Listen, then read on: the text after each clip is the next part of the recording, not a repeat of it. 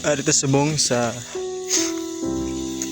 lugar ko sa diin kadtuan Talason sa time nga sa tion na naton. Nag-abot ang tion nga makakadto lang ta diri. Gabot ang time nga ma-experience na ni naton makita sa mga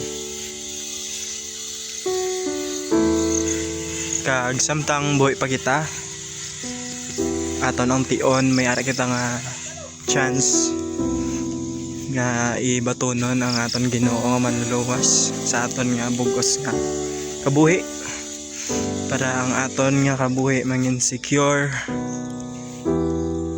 kag ma-experience ta ang kahilwayan sa aton bilog nga kabuhi.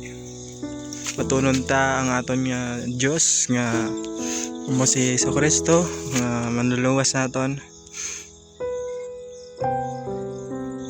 Hindi na naton paghulton nga ulihin na ang tanan.